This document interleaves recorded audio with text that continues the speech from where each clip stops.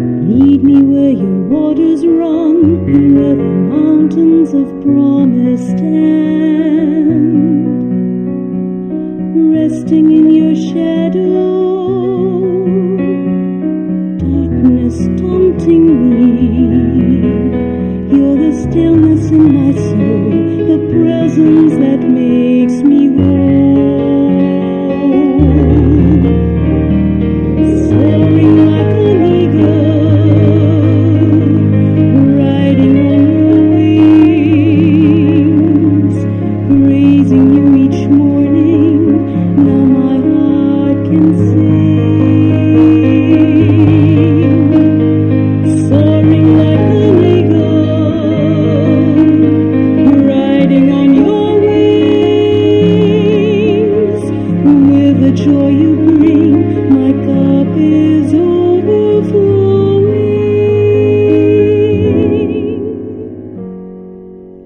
Lord, you're my shepherd. You have set me free. There is nothing that I need, because your love is enough for me.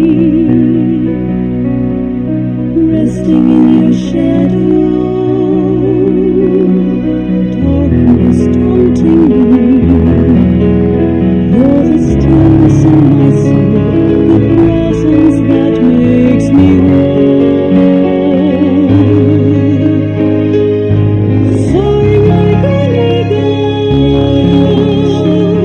riding on your wings, praising you each morning. Now my heart can sing. Soaring like an eagle, right across the sky,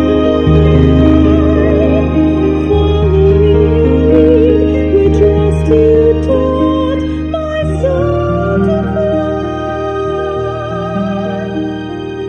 Lord, you're my shepherd. Lord, you're my shepherd. You are my shepherd. Now I'm home with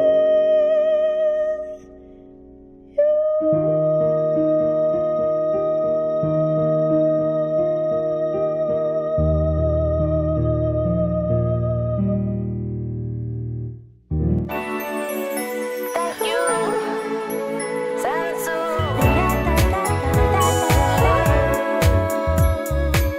It's for you, Sansu. The Sansu Show. Sansu. It's for you. It's from your point of view. Sansu.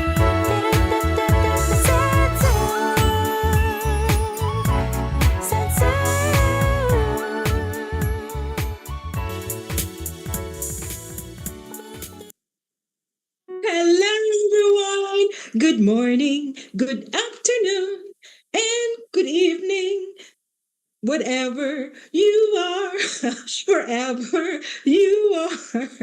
Hello, welcome again to the Sensu Show. Another episode, another Wednesday. And courtesy to PHLV Radio.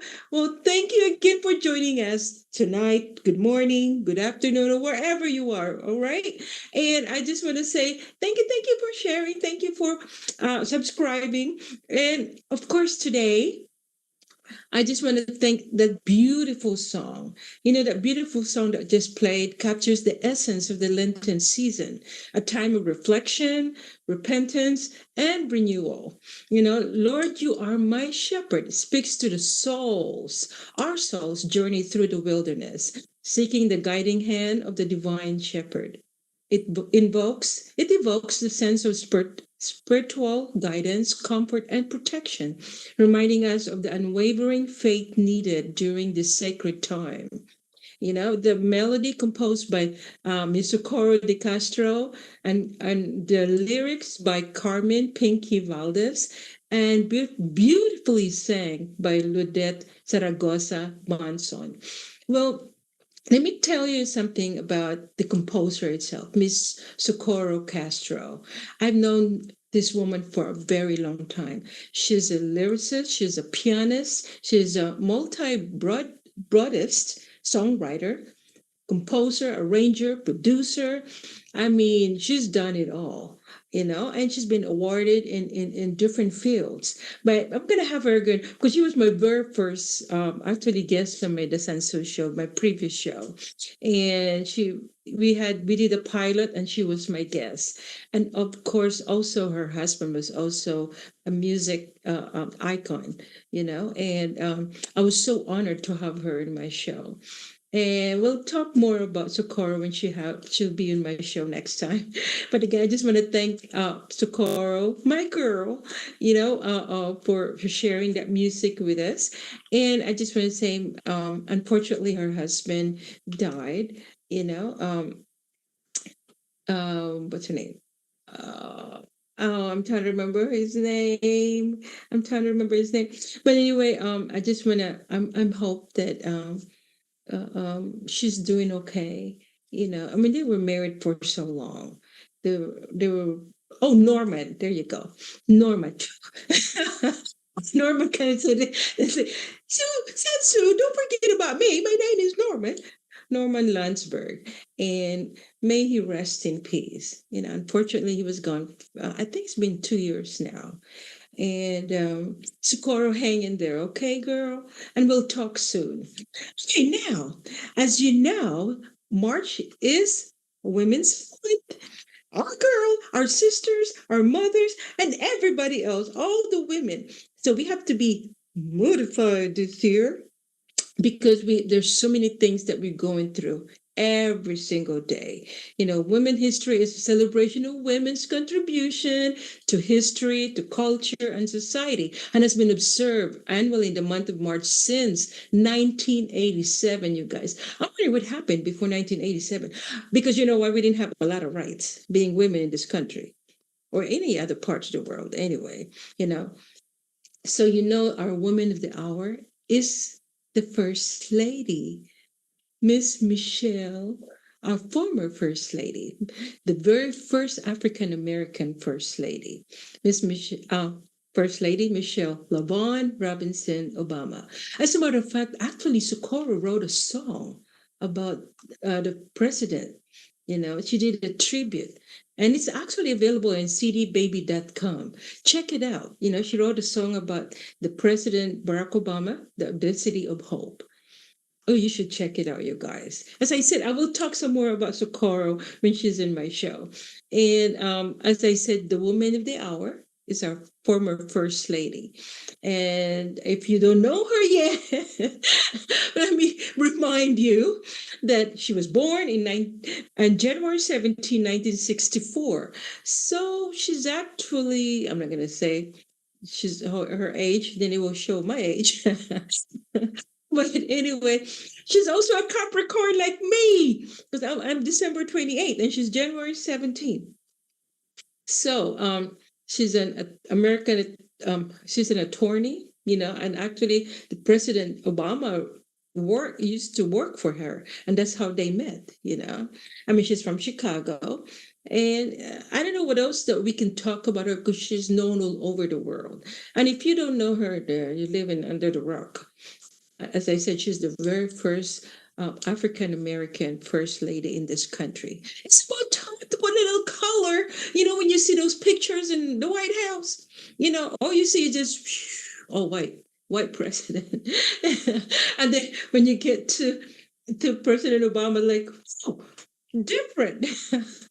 But it's about time, you guys. And we never know. Maybe 10 years from now, we're going to have the first Filipino president or Filipino president or the first woman president. You never know, we just keep pushing it. We keep pushing it. We tried it twice. So the third time might be a sweet one. We might have finally a woman president. It doesn't matter who it is, but a woman president, we need one sometimes. We need that motherly love in this country because women does it different, you know. we're really like we put so much love into it. We're so passionate, the emotion because we care. They always say, "Oh, women talks more than men." Well, there's the truth about that.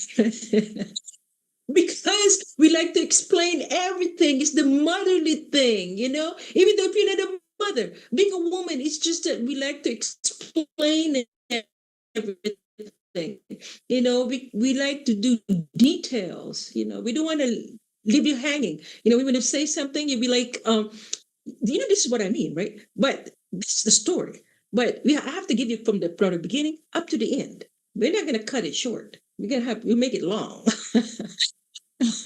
As an example, just like my son Rodney before he got in trouble, and I said, and then I have to tell my late husband, like, Rodney got in trouble in school, and because he talked too much, and then so the teacher have to put him outside, and they said, okay, Rodney, to the tree. Yeah.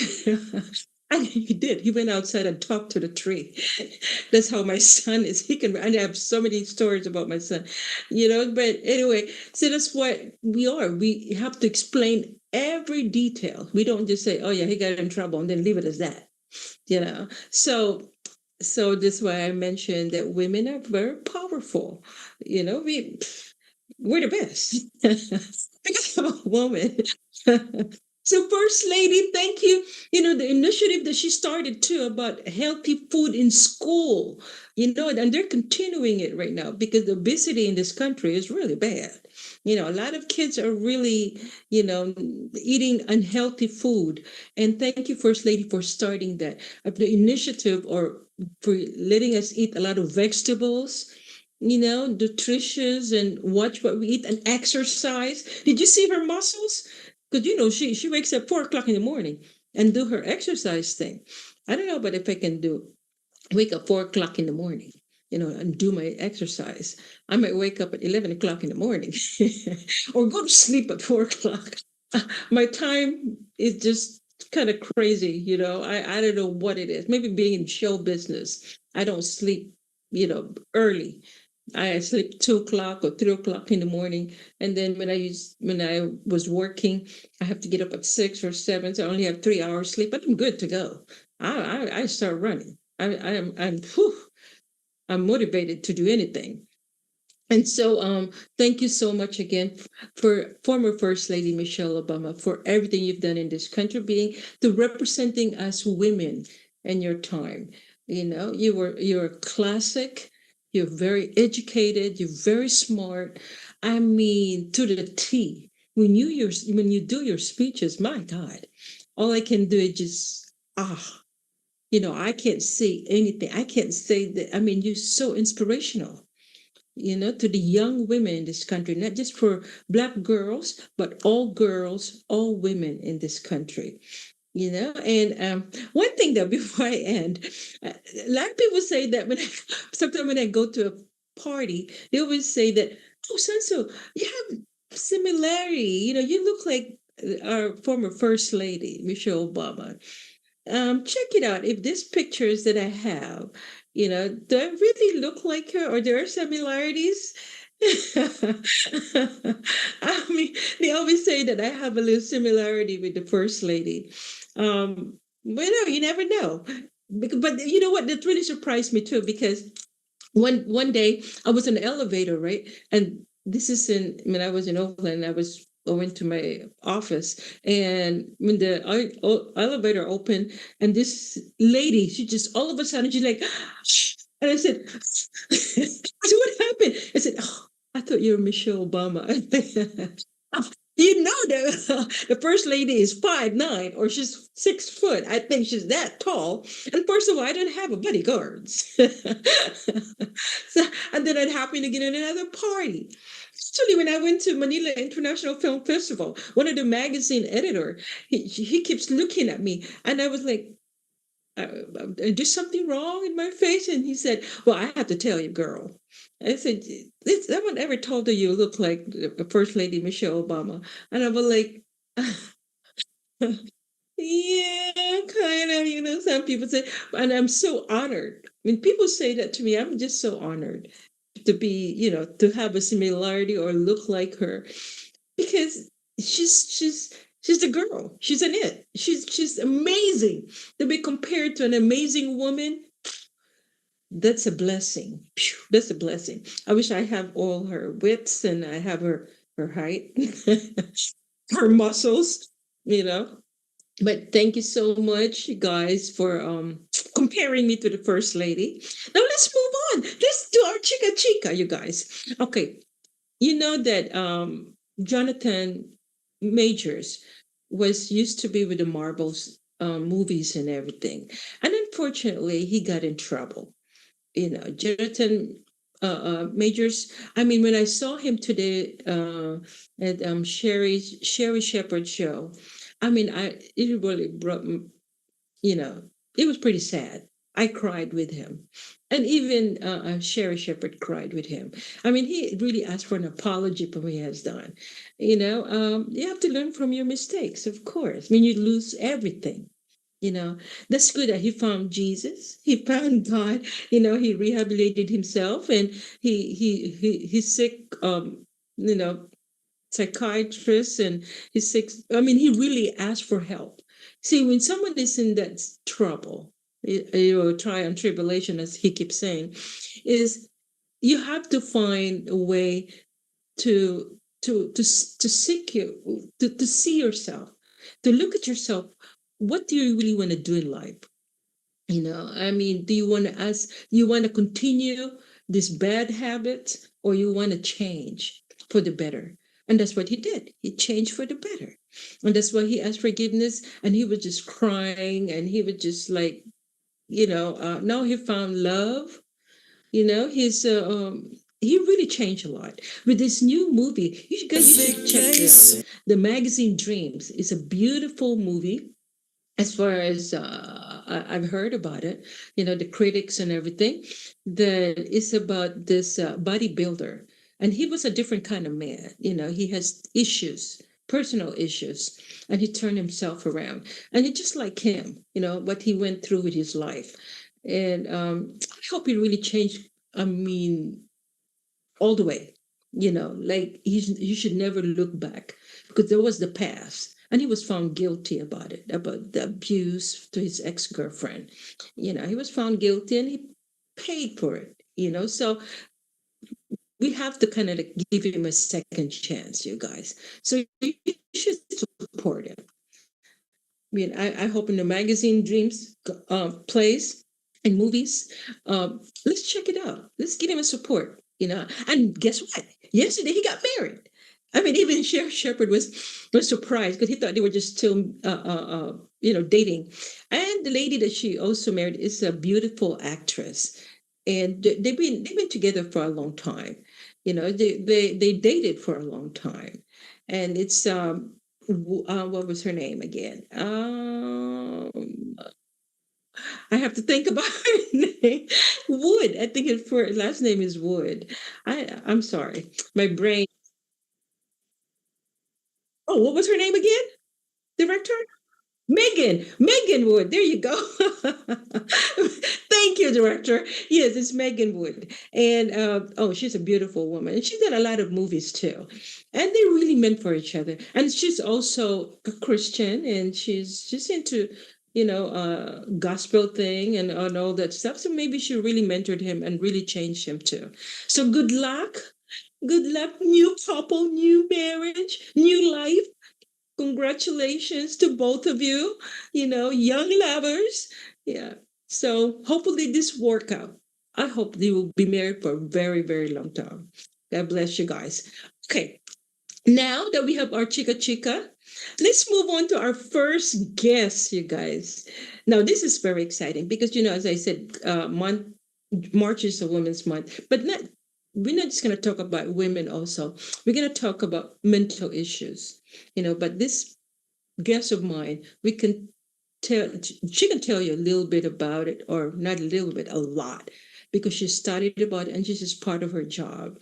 You know, she was born in the Philippines and moved to the US with her sister in 1972. And she finished her BS degree in zoology. And she's also an active military. Well, used to be an active military. She's a veteran. And now she's an RN and she works for Palo Alto Veteran Affairs Hospital. So please help me welcome Miss Ate Elizabeth Agustin. Hi, Ate. Oh, hi, Miss Hi. Elizabeth. You can tell me Ate. Hi. Yeah, and thank you for having me on your show. It's very exciting and a little bit nerve-wracking for me. It's my first time. So, yeah. We can have a little conversation, and then the conversation that we have is very important because it's something about mental health, and which is a lot of people right now are suffering because of the things that's happening in this world. It does affect our mental capabilities. So please tell us a little bit more about you, Miss Agustine or Ate. Okay, well, you already mentioned that I'm a veteran. Yes, I'm a Vietnam era veteran. I joined in Yes. 73, got out in 1977. And so, after so many years of going back and forth between nursing and maybe biotech and other jobs, I finally got settled. I got my RN degree in 2014, Mhm. and in 2019 I got hired at the VA hospital. So I really love my job because I serve my fellow veterans. And where I'm at is one unit of the mental health department. It's called Foundations of Recovery. Mhm. And what we do is we take care of recovering patients recovering from alcoholism or drug addiction. Yeah, it's very interesting. So we're talking about women's health. Mhm. We only serve a little, very few women that are addicted to alcohol or drugs. But I've seen enough. I believe that, that I could really talk about how, um, How can we like depression. I'm sorry. how can we help people that are suffering from alcoholism, from drug addiction, not just veterans, but people out there? In general, Yeah. yes, we can do a lot. If they need somebody to talk to, you really should give them a few minutes of your time to just sometimes just listening to them, and maybe just they just want to vent out first of all, and then if they need a little bit of advice, they might ask you for a little advice. And if you know something about mental health, which I Mhm. do because I've experienced it too, as a matter of fact, I'm still trying to um, deal with my own mental health issues. A little bit of depression, a little bit of anxiety, and such. Fortunately, I'm not addicted to anything like drugs or alcohol. But for Mhm. those people, yeah, whether men or women, yeah, Mhm. they just need a lot of understanding, yeah, a lot of acceptance actually, yeah, because they have very low self-esteem, Mhm. and they need somebody to talk to, and like I said, maybe get a little bit of advice. Mhm. And a lot of the veterans we serve are homeless people, Yes. including women. Yeah, and so that's also a big problem for them. Mhm. So, being homeless, they have different attitudes. I mean, different from uh, house people, not the homeless people. Yeah. So we have to understand.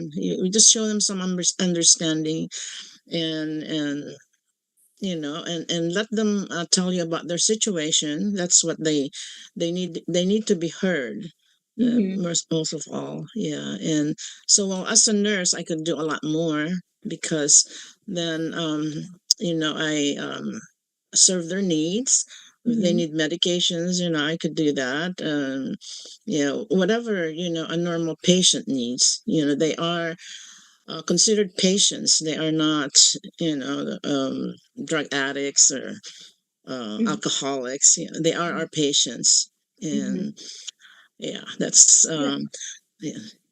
I think the biggest problem also is a lot of them really don't know how to seek help, or they don't want to seek help because they think that when they seek help, they find it like they lose their self esteem, or Mhm. people look at them like they really have a big problem and they're a problem. Even though they do have the problem, but they don't want people to know. They're hiding. A lot of people are hiding their mental issues. And you sometimes it just breaks out. Like when I used to work for the homeless nonprofit organization, and what happened is when I talked to some of my participants, they don't really want to talk everything with what's going on in their minds, or what's going on personally. They kind of shut down. And a lot of also the homeless people, they shut down. And that's why they turn into drugs, or they turn into alcohol, which is so hard sometimes to help them, because they have to, as you said, you have to understand, you have to listen. But sometimes they don't want to tell everything, and that's the hardest part in your part, being a nurse, right? Because they don't really tell you everything. They might say a little bit about it, but they don't tell you everything. Am I That's correct? true. Yeah, you're very correct. Yeah, they Mhm. don't, a few people, wanna put it out there that they're homeless. They're very upfront, but a Mhm. lot of them, yeah, they try to hide that and even wanna touch the topic. Yeah, Mhm. they just try to act normally like they're not homeless. But Mhm. yeah, so like I said, you just have to listen to them. You don't wanna like um pry into their business. Mhm. They, most of the time they just volunteer what they want to, Mhm. what they want you to know.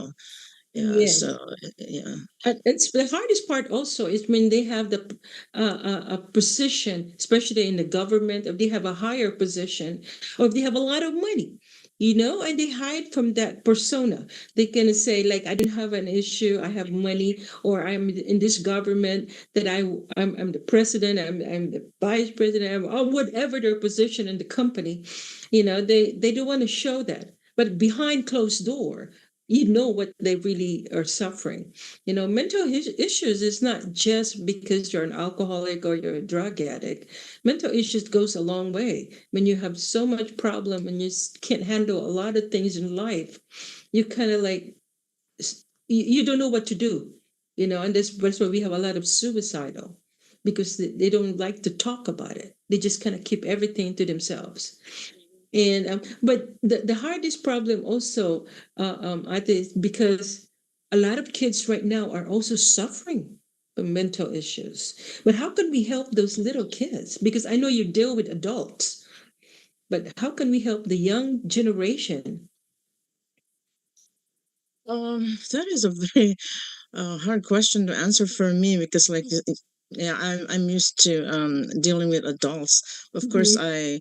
I have kids and grandchildren, and when my kids were around that age, teenager, unfortunately, that's the time I got divorced, and my ex-husband took custody of my children. Mhm.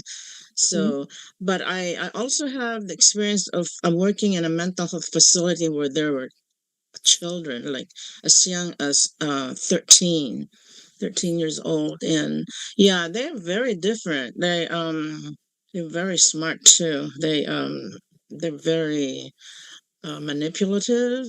Mhm. Yeah, they try to manipulate adults, Mhm. especially their parents. Yeah, Mhm. so yeah, but what I could say is just treat them with understanding, and Yeah. try to, you know just don't be too harsh on them because they have, yeah, as teenagers they're still trying to deal with their hormonal changes and all Mhm. that, bodily changes. So it's really hard. So that's what, so you just lend them what do you call it? Mhm. Just try to listen to them and just try to understand them. Probably offer some advice, but just don't try to blame them. Yeah, Mhm. it's no use. And if you try to blame them, the That's more really they're good. gonna rebel.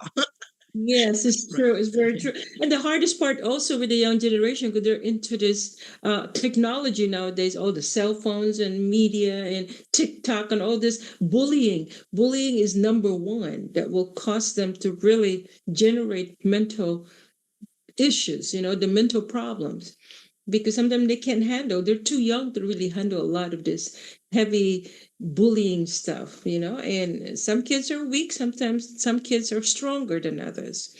And as a parent, Paul, as with your children and your grandchildren, how can you talk to them to stay away from all this media's thing, and how can you cut down some of this stuff that they'll be looking at in their phones and computers? Yeah, well, you have to give them some kind of activities, like I think music, like maybe get them some lessons in guitar, any musical instrument. And Yeah. another one is maybe dancing, cultural dancing. My two kids, when they were preteens, Hmm. I enrolled them. I got them involved in Philippine folk dancing. Yeah, and then my daughter got into Hawaiian. There are a lot of activities to involve them in, sports too. Yeah, and then arts like drawing and stuff. Yeah, whatever they can do to get their mind off, like the Hmm. cell phone, like social media.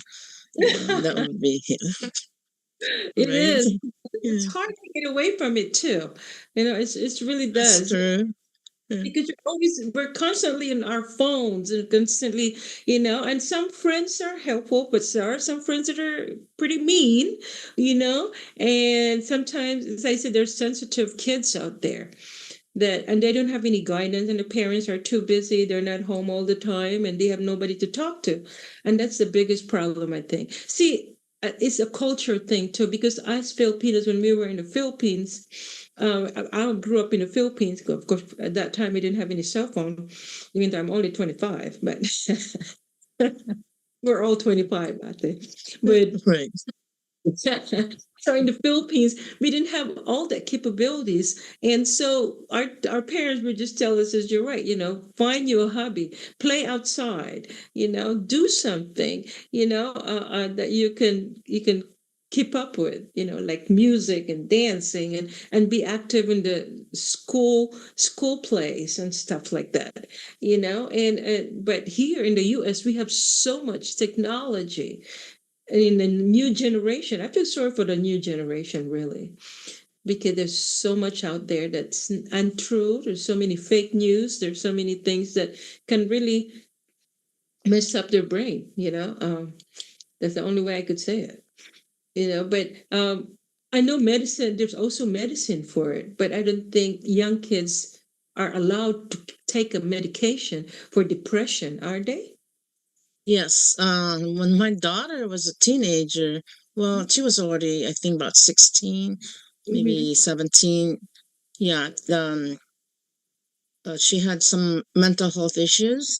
So, uh, I think it was a psychiatrist prescribed her some kind of, like, and I think the medication was Prozac. So they do give kids.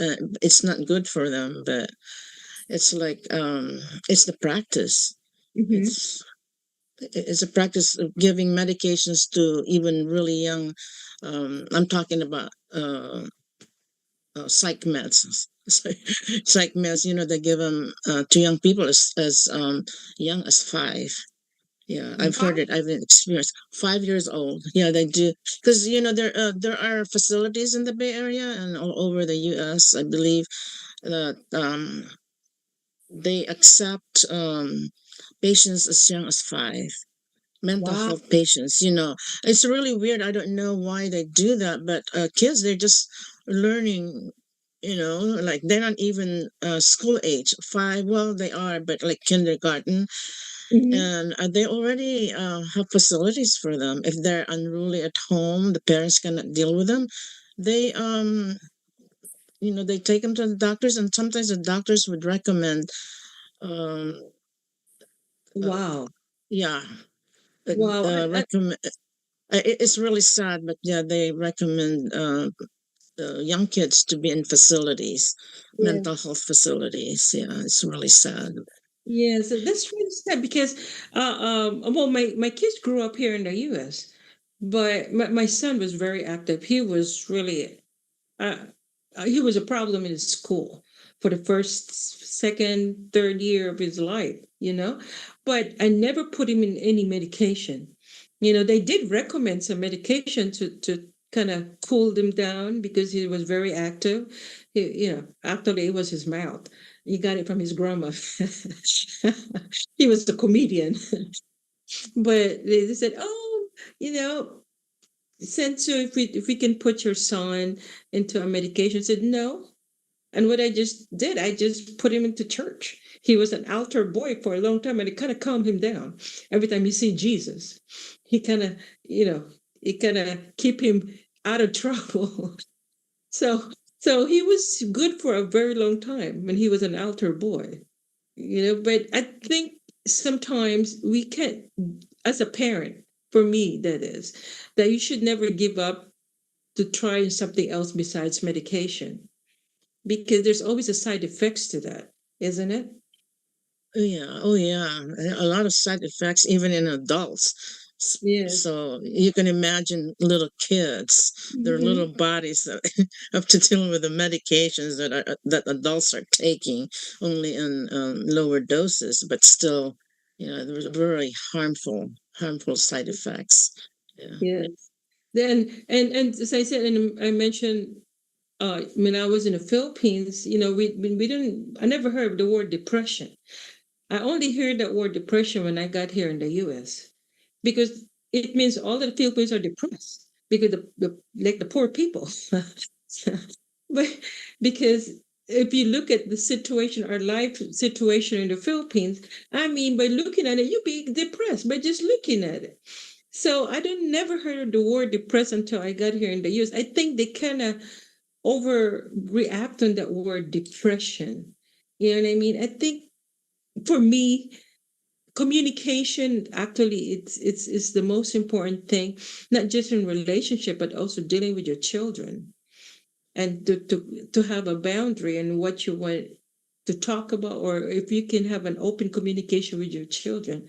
I think that's the biggest thing that could cut down some of the mental issues that they have in the younger years, and then they'll be open up. The children will be open up to tell you what's wrong with them or what's going on with their lives. They have instead of being so scared because you're a mother or you're a father, you know, unless there's something going on with the relationship. But I just want to thank you. I don't want to call you Ate. That's right. Because I know you now. Yes. I know you a little bit being a Filipina, like Ate. I should be honestly okay, Miss Agustine. Um, I mean, okay, I just want to thank you for opening yourself, for accepting you also suffer from it. Because I think a lot of us, we go through ups and downs in life, and basically we go through that. But how do we get out of it is the biggest answer for it. As you mentioned a while ago, find a solution and not just give yourself up and, turn to the worst. But what else that we can do to help people that are suffering from it? What else can we advise them that it doesn't kind of like turn them around and say, I don't want to hear it? How do you approach them? How do you approach in your job for people who are suffering from it? We encourage um, socializing with um, Mm-hmm. other patients and Mm-hmm. the staff. We try to talk to them. I mean, talk about things other than being there, other than their Mm-hmm. medical and mental health problems. Yeah, Mm-hmm. so I think socialization is a big deal because some of them they come and like especially the homeless ones. Mm-hmm. There are some people who are you can even tell they're homeless. They just they just blend in, they socialize just like that. But others, there's more, um they try to keep to themselves. So we Mm-hmm. try to encourage them to find some friends, introduce themselves, Mm-hmm. find time to talk to other patients. And we're all veteran. I mean, they're all veterans. Of course, I'm better. Yeah, and they can relate. Yeah, usually, um, they can relate to other veterans, even if they are in different. They served in a different branch. Like I served in the Navy. A lot of our patients served in the Marine Corps. Those are the most. The most patients we get from the Marine Corps and the Army. There are very few Mm-hmm. um, Navy people that and were in the Navy or Air Force. It's just Marine because they go to combat. That's what it yeah. is. They experience PTSD, Yeah. yeah, post traumatic this it's PTSD syndrome, post the trauma that they experience in the combat especially. Yeah, so yeah, we encourage them to just find friends. Some people admit having no friends when Yeah. they come to the unit, and then they part of the treatment is going into groups. So Mm-hmm. during the group, some of the groups they interact with each other. Mm-hmm. The facilitator will ask them to share their experiences, and then allow questions and answers afterwards. Mm-hmm. So that's part of the treatment and being in a group. Yeah, Mm-hmm. so they will have exposure to other people, and so when they get out, um, I always tell the veterans who are leaving the program, but before they leave, I said, make sure you take some of your friends' cell phone numbers and try to contact them after leaving here. Yeah, Yeah. so that's what they do. They exchange telephone numbers, and then later we find out that they've been in contact, with maybe two or three people, maybe even more. Yeah, but I encourage them to find at least one person that they could really relate to, like they could talk to, and then before they part the program, they ask for the phone numbers so they can keep track of each other. Yeah, Yeah. we have what they call a buddy system, a recovery buddy. When they first get into the program, you find them somebody that would be with them most of their stay, and at least Mm-hmm. for the first 2 weeks. In their program, they have somebody that would um, teach them about the Mm-hmm. program and accompany them. Being new in the program, they do the orientation of the place and stuff. So, yeah. Yeah. Well, first of all, I just want to say thank you for your service. What was your MOS, by the way? Oh, Was it I was an avionics electronics technician. Yeah, that wow? is very far. Yeah, it's the opposite of being a nurse. I wanted to be in the what they call corps hospital corpsman is like being the close to being a nurse, but Mhm. they picked my rating. We call it rating in the Navy. Mhm. Because I think I scored high, like math or something has to do with technical stuff. That's why they chose the job for me. I didn't have a say. I tried, but anyway. Well, thank you. Thank you so much for spending time with us. But before we go, I just want to ask one more question. If okay, this is just out of nothing to do about mental stuff and all that we just talked about. If you're stranded in an island, what song do you want to hear? I mean, with all the songs that we listen to, what is the only one song that you want to hear over and over again? I'm a big fan of Adele. So one of Adele's songs. Which one? Oh my God, I can even Hello. tell Um, I can. Okay, well, one of the James Bond. There are a few songs that I like. Adele song, Skyfall. I even recorded it professionally. I went to a recording studio and paid money to record that song, Skyfall. It's Sky. there is a movie. Yeah, it's Skyfall is the name of the movie and name of the song. Skyfall. But there's another one. I can't even remember the title. Yeah, but anyway, maybe next time I'll share with you. Well, thank you so much again for sharing us your experience and for the advice that you've given to us. I know my online family and friends are listening and watching us, and hopefully they learn something from this conversation that we have. Thank you. God bless It you. was fun. It's really fun. And thank you for inviting me. Thank you. God bless. See you Okay. soon, Okay. Nat. Bye bye. Bye Bye bye. bye. Thank you. Sansu.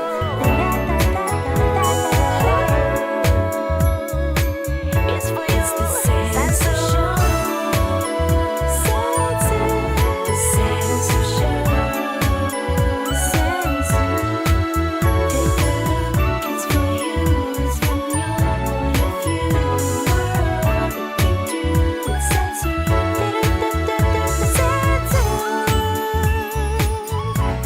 Sansu.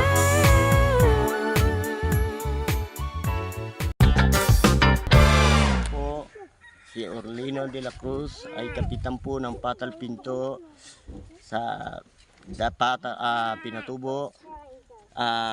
Nagpapasalamat po ako sa Aita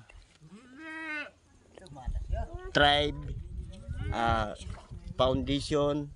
Nagpapasalamat po ako uli sa mga bigay niyo po. Dito po ay lumiwanag na po ang namin po, community namin po. Naulit ko lang po, nagpapasalamat ako sa inyo po. Ito po.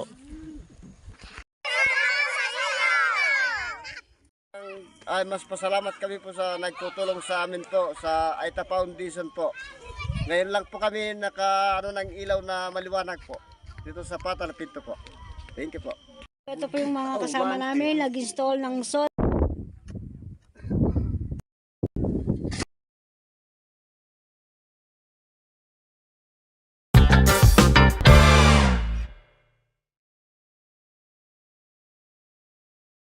To the Sansu Show. Oh my God, I'm so excited because you know why? We're live actually in San Carlos, where my mom was born and raised. It's San Carlos City, Negros Occidental, in the Philippines. And it's just that my mom was so proud of being from San Carlos, and I'm so proud. I grew up in San Carlos, and the Ramses are everywhere in San Carlos. That's how we started our clan, practically. And I'm just so excited because you know why they told me that they're giving an award for my mom, and it's the right time to give recognition about my mother. She's the only one, as far as I know, that made it into, not in Hollywood, but at least in the big cities, in Las Vegas, in United States, all from San Carlos City, a very, very small town. But it's known for a lot of things. And guess what? I have all the officials, most of the officials actually, the government officials that work for in the city. So let me start introducing to you. Well, we're gonna hear a little bit from the mayor later on, but this I would like to introduce to you each one of our guests tonight. All right. The first one, I'm going to introduce Miss Irene Gustillo, the administration daughter of Mayor Renato Gustillo. Hi. Hi, Miss Irene. And then next is engineer Magnolia Antonio. She's the OIC San Carlos City Heritage Culture and Arts Council. Hi, Miss Magnolia. How you doing? And then, of course, we have Mr. Enrique King Catalvas, San Carlos City Heritage Representative for Culture and the Arts Council. Hi, Mr. Catalvas. King, the king. and then we have Miss Jennifer Sabalia Paran. She's the tourism operations officer, OIC City Tourism Office. Hi, Miss Jennifer. And of course, my loving cousin, Raymond James Ramsey. Woo, woo, woo, woo. Welcome, everyone, to the Census Show.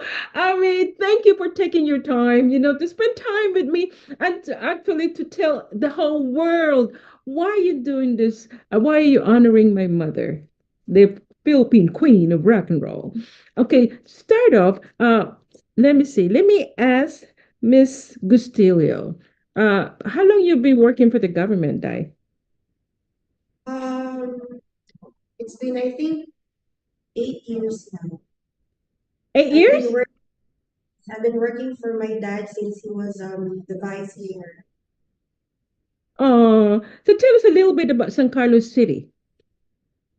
Um, San Carlos is quite different from other cities that you know of in the Philippines. It's a laid back city.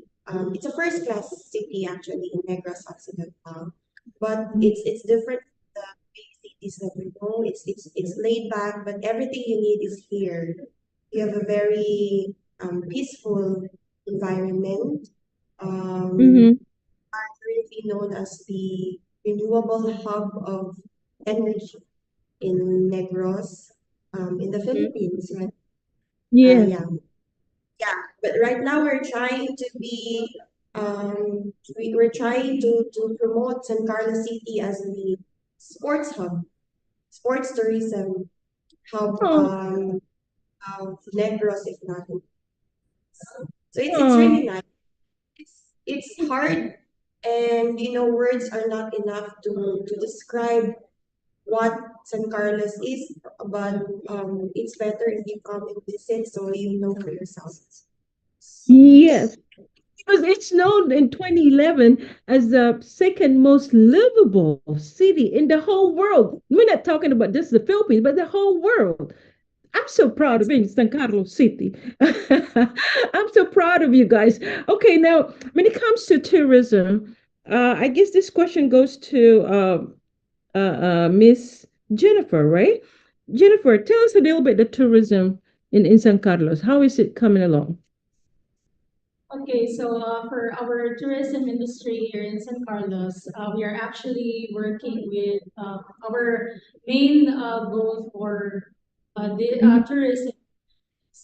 We are promoting ecotourism development because San Carlos City, as you know, has three protected areas. So it's different from the rest of other cities and towns because we have three protected areas, and with that, that's something to be proud of. So ecotourism development, where we are developing tourism, but at the same time we are protecting the environment because that is what San Carlos City's advocacy, protecting the environment, and of course helping our.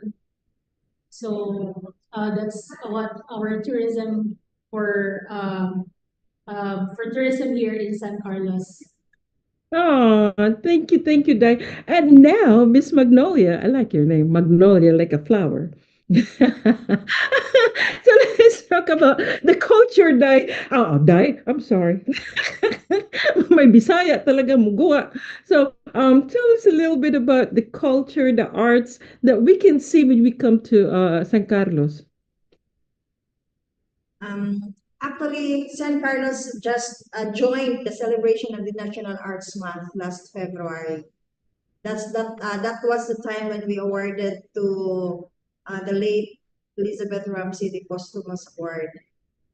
When it comes to our culture, just recently we had conversation with our Kabagtasan Tribal Council. We have IPs here in San Carlos. We call it the Kabagtasan Tribal Council. They are the Bukidnon tribe, and Oh, they are staying in one of the barangays in San Carlos in Barangay Kudkud, when in mm, fact their council president or chairperson was recognized as an empowered woman for this month's celebration of the National Women's Month, National Women's Month. Yeah, that I Miss Lisa Impil. And every May, we also celebrate the Heritage Month, in which we invite persons who have contribution in our heritage and culture. Like for example, the pottery in Panuulan. We have a pottery in Panuulan. We have the famous salbaro bread. It is a native bread in San Carlos. We call it salbaro. I don't know if you have tasted it when you were here before. Yeah, do you know Oh, salbaro? It is a native bread in San Carlos, salbaro. oh, I, We are not. I thought the bread in San Carlos is anong tawag nito? Yung parang white bread. Ang tawag is a white bread, di ba? Ang bread ng San Carlos, no? Not really? Lots of bread here, pero the native bread that we are trying to promote in relation to our heritage and culture is the salbaro. We call it salbaro. It is made of coconut. Yes. Yeah, coconut. One of the Oo. ingredients of bread is coconut. So that's very delicious. You can try it when you come to San Carlos. Oh, And we are so, now trying to revive our folk dances under the creative team of Miss I. Miss I heads the creative team of San Carlos City in coordination with the other PE teachers like Borling, Raymond, and some other teachers in the different schools in San Carlos City. And we have heritage sites also here. We have caves that you can visit, no, in relation to our tourism, ecotourism development, mhm, and a lot more. mhm. You had said a while ago, you should come and visit San Carlos. Yeah. Oh, I just remembered now. It's pandesal. Isn't it pandesal is number one in San Carlos? Wait, and also, and one thing I remember when I was small, we always eat binuro. Wala nang binuro. There's no more binuro. You're still here in San Carlos. Lami man na kayo isa mo sa kanon. For those, I'm trying to translate that. It's good with the rice, but it's a stinky fish with a lot of salt. Maybe they stop using it because it can give you a high blood pressure, because it's all that salt. Right? That's why a lot of Sancarnos probably have high blood pressure. But now, Mr. King Catalbas, what did you call you king? Are you the king of the city of San Carlos? The king of Because my real name is Enrique, so that's a Uh-huh. nickname. Okay. But most people here call me a king. Oh, the kid. Okay, so you're also in about culture and everything, right? So tell us a little bit about how can you introduce, okay, like San Carlos is known for Catholicism, right? Like 50% or 60% Catholic, or what is the percentage now in the people in San Carlos? Are they still Catholic or they turn into Christian, or what is it now? San Carlos City is still predominantly Catholic. Mm. Yes, and Yes. I mean, if you this is notice, behind me is Santo Niño. If you Mhm. notice, my mom's devotion is Santo Niño, and that's why I mean, this is actually an altar where I am right now. My mom had this decorated. It's a garage, and she made it into an altar. So she has like almost 100 images of Santo Niño, from the smallest to the biggest. I mean, I could show you a little bit right there. That's one of the biggest ones. I mean, I'm surrounded with all the different saints and everything. My mom would always say, if you're Catholic, don't don't change it. Just leave it alone. If it works for you, why change, right?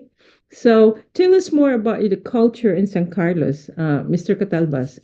I mean, what else that uh, we can watch for? yeah. Well, there's one major project that we are doing right now. Mm-hmm. In addition to what Engineer Magnolia had talked a while ago, we have these cultural mapping activities. So Uh-huh. city is doing documentation of our heritage Mm-hmm. from all our natural resources, our practices to the important, to the significant people that we have, like your mom. So we Mm-hmm. are doing this for that. So that's one of the major activities that we do. And And also, well, one thing though, I mean, I grew up there. We always have because San Carlos is known for sugar miling company, right? Because my uncle was the one of the well, he was one that works for the sugar miling company, and Mr. Ramsey was the engineer on the sugar miling company. So I just wanna know, do you still have sugar miling company exist in San Carlos or no more? You don't do sugar anymore? You don't manufacture sugar? Anyone? we, we don't have the milling anymore. Huh? Sorry to that, but then that's one of the major industries that we don't have anymore. The milling. Mm-hmm. That the San Carlos Milling Company actually was an American sugar Mm-hmm. mill. So I Yeah. think that's where grandpa had started. He came over to Uh-huh. the Philippines Oh, and yeah. Well, thank you. Thank you. And also now let me go into my cousin here, my baby cousin. I'm so proud of him. I'm so proud of Raymond because of him actually.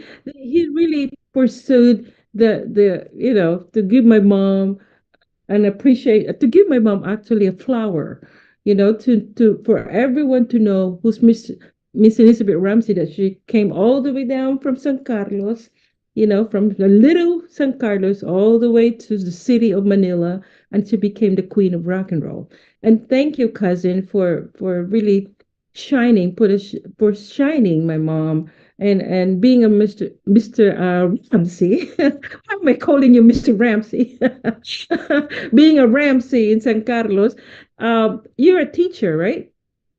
You're a teacher? yes, Oh, okay. public So what teacher. what do you teach?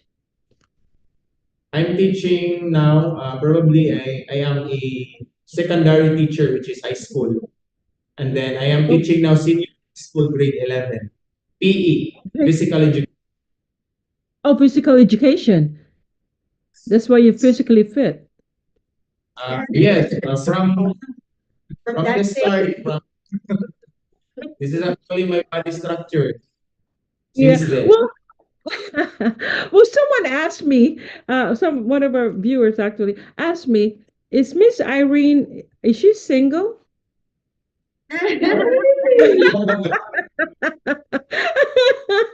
Are you ladies single? Any one of you are single? Or you're all taken? I'm not married yet, but I'm not available. Oops, oops. There you go. Online family and friends. She's taken. Okay, how about you, Jennifer? I'm married. Um, Married. okay, the book is closed. How about Miss Magnolia? Are you? Yes, I already have a grandson. Oh my God, you look young, huh? Being a grandma, you look young. You look very. How about those two guys? Are you guys still available? Single. Meaning single. Available? We can also do online dating, you guys.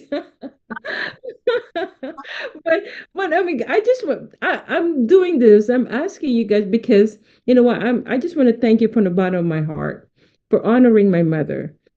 For honoring her. As I said, it's about time. It's been for years and years and years, and a lot of people didn't know that my mom is from San Carlos. They always say she's from Cebu. No, my mom is not from Cebu. She's from San Carlos City, Negros Occidental. And for you honoring her, that shows that where she came from, that you guys supported her, that you guys are, like actually you're very proud of her accomplishments. And I just want to thank you so much, starting with Honorable Renato Gustilo for showing us that San Carlos never forgotten my mother. And I just want to thank you and continue to honor a lot of people that made a difference in the city, and it's just something. Would you like to give a shout out to any of your family and friends? Let's start off with Miss Irene. You want to give a shout out to any? Update. Oh, I just want to say hi to all the San Carloseños who are watching your show. Continue watching and supporting the Sansu show. And oh, I hope you through this platform you be able to um, feature more of our San Carloseño talents. yes, thank you. How about you, Miss Jennifer? I just like to take this opportunity to invite your viewers to visit San Carlos City. We have several activities and sites to offer. From Ridge to Reef, we have island destination. We have caves, we have waterfalls. We also have our food tourism. So this is a great opportunity to promote San Carlos City. So come and experience San Carlos City and experience our way of living, our culture, and of course our people. That's all. Oh, thank you. How about Miss Magnolia? Thank you, Miss Susan, for this opportunity that our beauties have gone international. Tapos, mga mistisa, no? Go Our ahead. Facebook page, the LGU San Carlos City Information page, and we also have Mayor's Facebook, Rene Gostilo, and Mayor's Instagram also we have. So you can browse and visit those pages. And all I can say is that vamos San Carlos, meaning welcome to San Carlos. All right. Akala ko sabihin mo, Viva Santo Niño! No? Almost. Okay, Mr. Catalbas. Yeah, what else can I say? I just want to say, even though she's no longer with us, but Miss Ramsey, Miss Elizabeth Ramsey, thank you so much for the music, the legacy, the laughter. You are Yeah. always remembered. And vamos, San Carlos. Yes, thank you, thank you. Okay, cousin, say something. Bisaya or English? Oh, bisa ba bahala ka diha sa kinabuhi nimo. I used to call you mommy now because I used to call mommies in our clan. And I Yeah. would like also to take this opportunity to say thank you sa imuha to you sa inviting San Carlos City to the show and honoring always, of course, our mommy Elizabeth Ramsey. And also taking this opportunity to say thank you in our city, especially to Mayor Gustilo, Rene Gustilo, to Miss I. This is the active team right now in San Carlos City in promoting such as talent, all ecotourism, tanan nga mga beauty spots. Actually, this is the team right now who is actually working. And also to Engineer Magnolia. Actually, Sir Iking here he is the father of Pinta Flores Festival in San Carlos City. Oh. So, Kanalan, he named the Pinta Flores Festival. And of course, I am also helping and wala ko'y sawa or wala ko'y paglubad sa pagtabang po sa San Carlos City. And also to you, I've heard from you nga you have a proposal for San Carlos City, future proposal for arts and ikaw na yung one. You'll Oh, be okay. Well, I was gonna announce it to you guys because I wrote a book about Mama. I don't know if you're aware of it. It's available on Amazon. Unfortunately, I don't think Amazon goes to the Philippines, so I'm gonna send Raymond, and or maybe when I go home, to give you guys a copy of the book, because based on the book, we're gonna do a movie about Mama's life, and we're gonna be shooting here there in San Carlos because I want it to be really in reality, not just a AI thing that you have to create a San Carlos. No, I want it to be done in San Carlos. So hopefully I'm praying it will happen this year. Okay, so I'm gonna be talking to you guys about how we're gonna make the movie happen. But the book is available. I wrote the book about Mama because that's what her dream is for the Filipinos not to forget about Elizabeth Ramsey, because she made a difference. She broke that color barrier in the entertainment industry in the Philippines. Because of her, a lot of artists that are coming up. You don't have to be beautiful. You don't have to be mestiza, but it's because of your talent that made it happen. Okay, so that's why Mama broke that, and people start looking at her talent not because of the way she looks, because in the Philippines racism is pretty high, really really high, and I'm just glad that the new generation is accepting everyone, not just discriminating because you're not white, light skin and all that, because of your talent or because of who you are. And Mama made that happen. So because of that difference that she made, I want everyone to know that Philippine changed, that the old generation is not as they used to be. That everyone is accepted, everyone is being respected, and everyone is known for what they are. So and respect is number one. And I just want to thank you guys, your teamwork. Thank you so much for putting this team together to make a difference. So I love you guys. Celebrate Lenten season. And hope to see you before the end of this year. All right. And thank you again. Please extend my appreciation to Mayor uh, Gustilo. Thank you. God bless you all. And see you soon. Take care, guys. See you. Bye. Thank you, Sansu.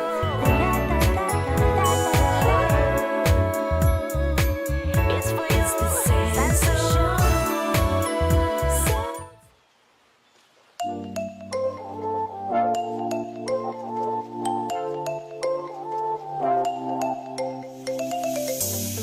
This is such a perfect place. I'm glad I found this with you. Our love reflected in your face. Only heaven can beat this view. Come on, let's run and get lost in the crowd. Into the light as the night's coming down. I'm double tapping, I'm focusing now. We're focusing now. I see love. I see love around me. From a river to a flood. I see love around me. All of you helped me find my heart. I didn't even know my name. Then I was blinded by the dark. My eyes will never look the same. Come on, let's run and get lost in the crowd. Into the light as the night's coming down. I'm double tapping, I'm focusing now. We're focusing now. I see love. I see love around me. From a river to a flood. I see love around me. I see love. I see love. From a river to a flood.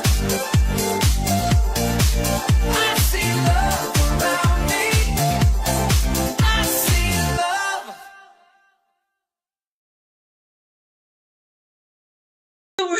It's a very long show today, but it was just so hard to cut down and start talking about, health issues and also about San Carlos City because it was so hard to have a connection, between the Philippines and the US. So I hope you enjoyed our show today.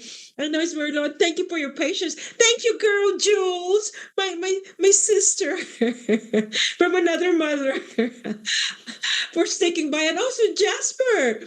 Oh my God!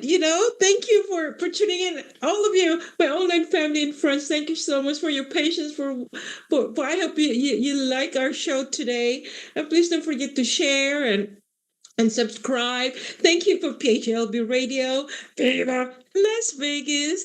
Oh, thank you, our director, Johan Seisen. Thank you for your patience, too. And all of you guys. So, we're going to end the show.